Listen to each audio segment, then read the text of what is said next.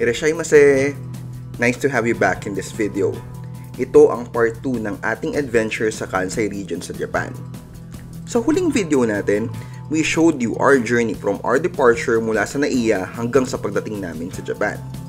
Through our lens, nakita nyo ang 18th best airport in the world, ang Kansai International Airport. Nasaksihan nyo rin ang aming pagsakay sa Harukas Express hanggang sa aming pagdating sa aming accommodation sa Kyoto. After buying our snacks sa isang nearby convenience store o kombini, we called it a night. At ngayon, makikita nyo na ang aming adventure sa mga key spots ng Kansai region. And first up, Arashiyama Bamboo Forest. Maaga kaming umalis sa aming accommodation at naglakad kami hanggang sa aming marating muli ang Kyoto Station kung saan kami bumaba kinagabihan. Doon, sumakay kami ng tren via the Sannin Line, 25 minutes hanggang sa Saga Arashiyama Station.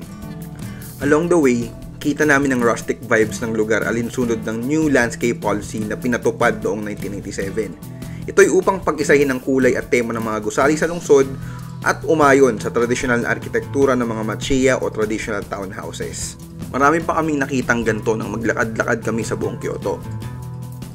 At ayun na nga, dumating na kami sa Saga Arashiyama Station at nagsimula na ang ilang minutong paglalakad patungo sa tanyag na bamboo forest. 14 minutes, 14 na minuto to be specific. Ganon katagal ang aming nilakad at syempre, tulad ng sinabi namin noong first part ng ating vlog, natural na malamig ang klima kaya't kita nyo rin ang ilang layer na pansanggan lamig na suot namin. Kita nyo pa ang iba sa amin, nakaboots pa. Sa gitna ng daan, tumigil kami sa paglalakad nang makita ang isang gachapon. Ano ba ang gachapon? Ang gachapon o gacha machine ay isang uri ng vending machine na naglalabas ng isang collectible o laruan na nakasilid sa isang kapsula o capsule. May charm ang mga gacha machines dahil na rin sa random nature nito. Maaaring swerte ka o hindi sa iyong mapipili. Naglalaro ang mga gacha machines between 100 to 500 yen. May mga kakaibang premyo na maaari kang mapanalunan. Tulad ng nakikita nyo, mayroong isang Kyoto Team Gacha na may uugnay sa mga simbolo ng lumang kabisera ng Japan, tulad ng mga sikat na landmarks. Di ako swinerte. Ang nakuha ko, yasai o gulay. Hay buhay. Pero tulad ng gachapon, ang buhay, di naman laging jackpot. Muli kaming nagpatuloy sa paglalakad. Nakita rin namin ang ilang nag-aalok ng kimono rentals, pati na ang ilang mga Shinto temples. Di nagtagal, nakita namin ang isang pinipilahang lugar na naglalako ng soft serve ice cream. Ice cream ba kamo? Sa temperaturang halos 8 degrees? Iba talaga ang trip dito. Pero hindi yun ang gumulat sa amin. Mas nagulat ako sa nagtitinda. Bakit? Pakinggan nyo. Tagalog niya. As it turns out, isang kababayan pala natin ang tumatao sa sikat na ice cream shop na ito. Total, ando na, kinausap namin siya. Tinanong kung ano kanyang mga mairerekomenda at kinamusta na rin siya. Isa daw po niya, isang tango. Buti na lang. Online pala siya. Oo, natatawag na ako sa iba dito, nag-ano sila mag-Japanese. Gulat sila, ano po sa inyo? Pinahirapan mo pa ako mag-Japanese, ha? Ano po ang best seller sa ice cream? Ito, mix. Mix. Nick, sige po yun. Isang mix.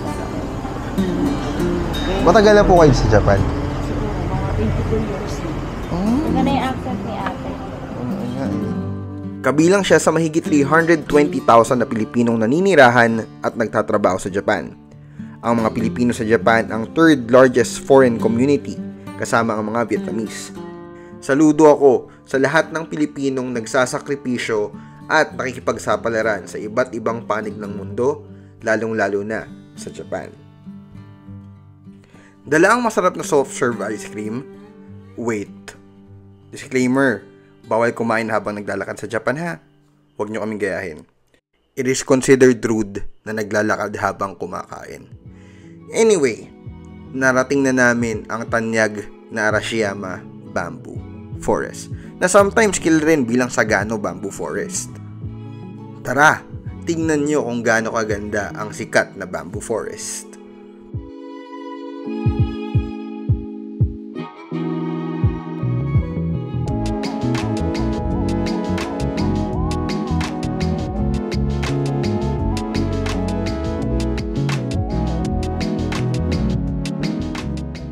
Tunay ngang parang nasa ibang daigdig ka pag nandito ka sa gitna ng daang-daang buho ng kawayan. Habang ikay naglalakad sa Chikorin no Michi o bamboo path, makakalimutan mo lahat ng iyong mga problema at kakalma sa ganda nito. The best part, libre lang dito, walang entrance fee. Nga pala, an alternative way of exploring the bamboo forest is through riding a rickshaw. Kaso, may bayad yon, so naglakad na lang kami at nakita pa ang Nonomiya Shrine. Ang Nonomiya Jinja, kahit maliit ay di dapat basta-bastang ismolin. Ito ay may libu-libong taong kasaysayan na at dinarayo ng mga sinaunang prinsesa na ninanais maging priestess dahil ito ay isang purification shrine. Ang shrine na ito ay lumabas rin sa 11th century novel na Genji Monogatari o Tale of Genji. Sa kasalukuyan, dito nagpupunta ang mga Haponesa upang humiling at magkaroon ng kanilang love life. Sa kaso ko, di ko naman na kailangan hilingin ang parehong bagay, pero nag-alay na rin ako ng maikling panalangin. Ay, dapat may pinagdasal ako kasi Hey guys! Nandito kami ngayon sa Arashiyama Forest at kami ay naliligaw. Ay, naligaw na naman kami. Pero if you ask me, okay lang yun. Paminsan-minsan na masaya din na maligaw. Lalong-lalo na kung alam mo naman safe ang mga lugar na ito. Malalayo ka sa napakaraming turista at makikita mo ang ilang tinatagong kagandahan ng iba't ibang lugar. Umikot kami sa likod ng bamboo forest at nakita ang isang vending machine. Bumili muna kami ng isang pamatid uhaw.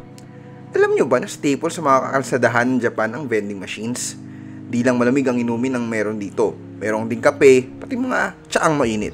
Flexible ang mga ito. Good for all seasons.